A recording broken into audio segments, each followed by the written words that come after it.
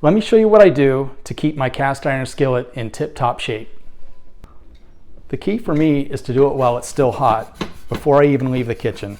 I take a wooden spatula and I scrape out any stuck on food, anything that's left in there, anything that's stuck, try and get it off. And then I take myself a paper towel, I'll fold it up in half and then half again, and I'll just put it over the sink and I'll wipe out any particles or anything that's left in there.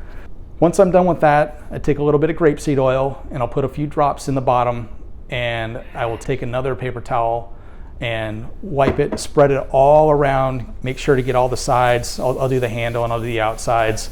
If it's cooled off too much, I'll put it back on the burner and turn it on a little bit, just to, open it up and let that oil settle in. And once I'm done, I take it and hang it back up on my pot and pan rack. Thank you all for watching and hope you have a great day.